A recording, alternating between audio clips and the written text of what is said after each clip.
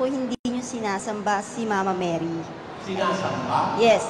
Kasi lalabas kasing kasinungalingan pag sinamba mo si Maria. Masama po yung sasamba ka sa kapwa mo nilalang.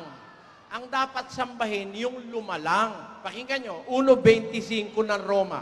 Basa. Sapagkat pinalitan nila ang katotohanan ng Diyos ng kasinungalingan at sila'y nagsisamba at nangaglingkod sa nilalang kaysa lumalang. Ang dapat sambahin yung lumalang eh. Eh si Maria nilalang din yun eh. She's also a created being. Creature siya eh. Hindi naman siya creator eh. Ang sinasamba po, yung creator. Pag sumamba ka sa nilalang, kasinungalingan yun. Mali sa Diyos yun. Kaya yung mga anghel, sa Biblia, bawal sambahin ng anghel. 22:8 ng Apokalipsis. At akong si Juan, ako marinig at nakakita ng mga bagay na ito. At ng aking marinig at makita, ay nagpatira pa ako upang sumamba sa harapan ng anghel na nagpakita sa akin ng mga bagay na ito. At sinasabi niya sa akin, ingatan mong huwag gawin yan. Ako'y kapwa mo alipin at ng iyong mga kapatid na mga propeta at ng mga tumutupad ng mga salita ng aklat na ito. Sumamba ka sa Diyos. Anghel na yan, ayaw pasamba. Sasamba si Juan eh. Nagpatira pa siya. Huwag mong gawin yan. Ako rin ay alipin, kagaya mo. Sa Diyos ka sumamba. Sabi nung anghel. Masama po yan. Hindi ka maliligtas pag sumamba ka sa anghel.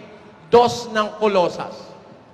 Sino man ay huwag manakawan ng gantimpala sa inyo sa pamamagitan ng kusang pagpapakababa at pagsamba sa mga anghel. Tanyo, pag sumamba ka sa anghel, mananakawan ka ng gantimpala. Eh kung yung anghel bawal sambahin, si Maria pa. Eh tao lang naman si Maria, di naman anghel. Tanyo, ano sabi ng Biblia? Deuteronomio 5:7 hanggang 9. Huwag kang magkakaroon ng ibang mga Diyos sa harap ko. Huwag kang gagawa para sa iyo ng larawang inanyuan, nakawangis ng anumang anyong nasa itaas sa langit, o ng nasa ibaba sa lupa, o ng nasa tubig sa ilalim ng lupa. Huwag mong yuyukuran sila, o paglilingkuran man sila, sapagkat akong Panginoon mong Diyos ay mapanibughuing Diyos. Nagseselos ang Diyos eh. Eh, biro mo naman, siya gumawa sa'yo, tapos lumuhod ka sa iba. Ay, hindi naman hindi naman pinapasinasamba. Yun pinapatungkol naman namin sa Diyos. Yun daw ginagawa nila sa ribulto, pinapatungkol sa Diyos. Eh, ganito naman halimbawa ko. Halimbawa, eto, lalaki, asawa mo. Eh, babae naman ikaw. Eh, yun ang asawa mo. Eh, hahalikan mo yung ibang lalaki, yayakapin mo. Huwag ka magagalit, patungkol naman sa iyo to eh. Payag ka. Hindi payag ang Diyos doon. Papatungkol mo sa Kanya eh. Kahoy itong niluluran mo, niyayakap mo. Di ba? O, tayo nyo merong isang ribulto, kahoy. Pupunasan mo.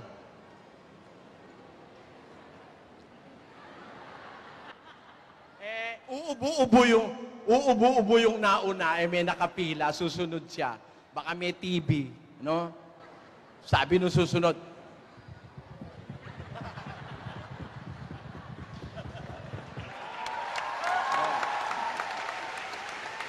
ikaw ang Diyos.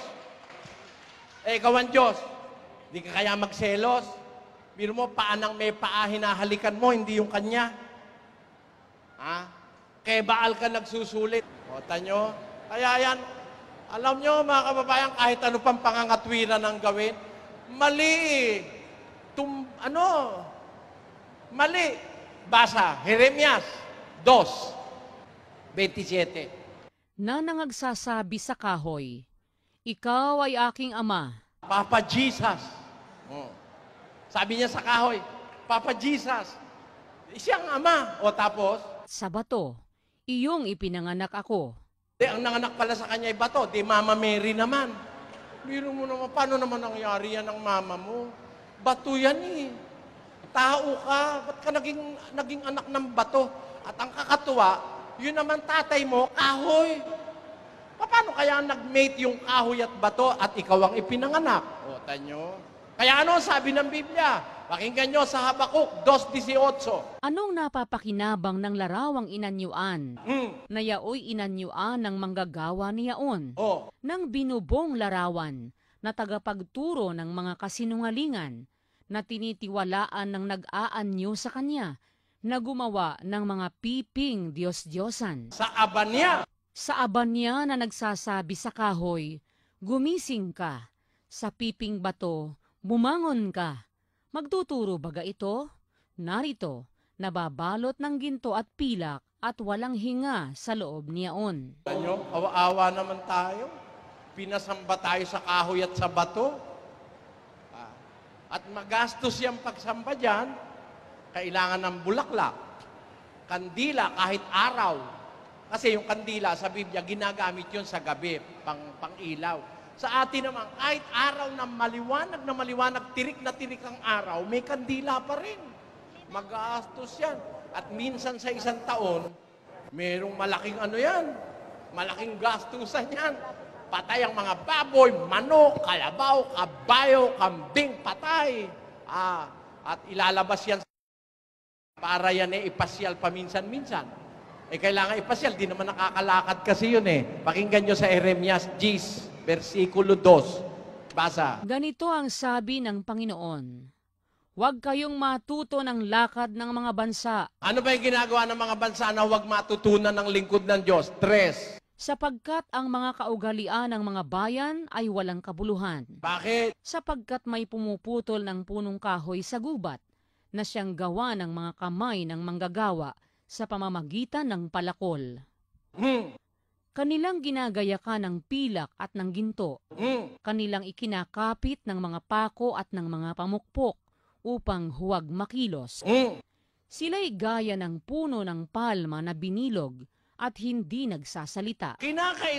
Kinakailangang pasanin sapagkat hindi makalakad. Kailangan pasanin, hindi makalakad mabuti nga kung basta pasan lang ang gagawin mo Naku, maghahanda ka, may paputok, may kung ano-ano. Alam mo, kung buhay lang si Santa Maria, baka... Bakit? Masama yun. Alam ni Santa Maria masama yun, nasambahin ng tao. Ang mga apostol, ayaw pasamba nung buhay sila.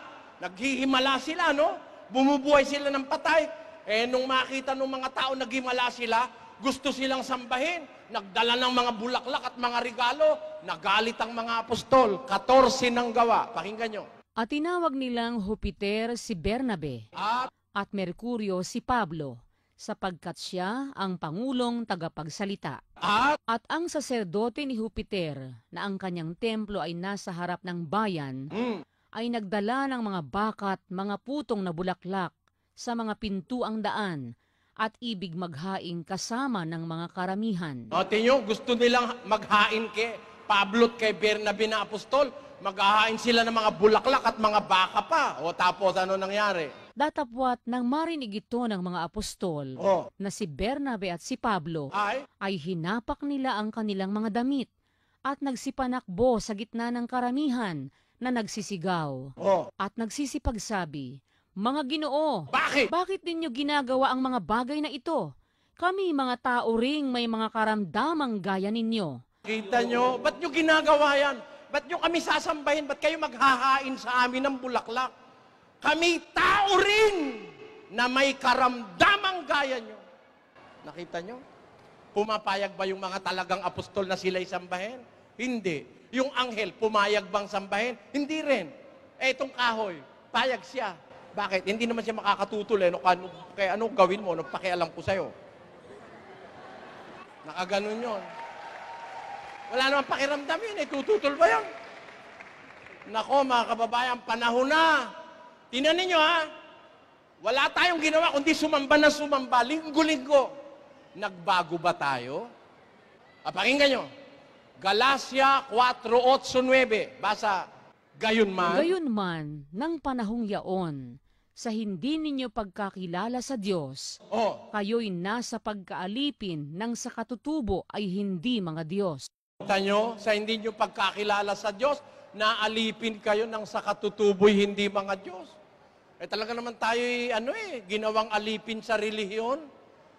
Dinaya tayo, 500 taon na tayong dinadaya dyan Marami pa silang mga palusot. Hindi naman ikaw namin sinasamba. Ginagalang lang namin. Ikaw ba tatay mo, hindi mo ba ginagalang? O tama, sige, mag-usap tayo ng paggalang. Ginagalang mo tatay ko, ginagalang mo tatay mo. Yung litrato ng tatay mo, nilagay mo sa kwadro. Yung litrato ng tatay ko, ginagalang ko, nilagay ko sa kwadro. O iginagalang mo yung tatay mo. Nilalagyan mo ba ng bulaklak yung litrato ng tatay mo? Kinakandilaan mo ba? Lumuluhod ka ba sa litrato ng tatay mo? Hindi. O edi hindi na paggalang yan. Lagpas na yan sa paggalang. Pagsamba na nga yan sa Diyos-Diyusan. Yan ang ibig sabihin niyan.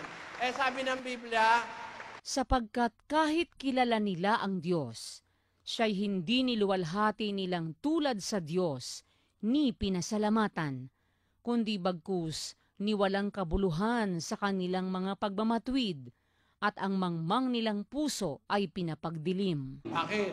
At pinalitan nila ang kaluwalhatian ng Diyos na hindi nasisira, ng isang katulad ng larawan ng tao na nasisira. Yan ang masamang ginawa ng tao. Yung kaluwalhatian ng Diyos na hindi nasisira, pinalitan ng katulad ng larawan ng tao na nasisira. At ng mga hayop, ang mga ibon, At ng mga ibon, at ng mga hayop na may 4 na paa, at ng mga nagsisigapang. kita nyo, kayo po'y makadiyos at naniniwala kayo sa Biblia, dapat mag-isip kayo mga kababayan. Tama ba ginagawa ko o hindi? Ayon sa Biblia. Sa Biblia po, walang tao na dapat sambahin. Kahit anghel, hindi dapat sambahin. Kaya kahit si Maria, hindi dapat sambahin. Ginagalang ko si Maria mahigit kaysa sa nanay ko dahil nanay siya ng aking Panginoon. Pero hindi sa kasakdalang sambahin ko siya sapagkat magagalit naman sa akin ang aking kinikilalang Diyos sa langit. Yan po ang aming pananalig.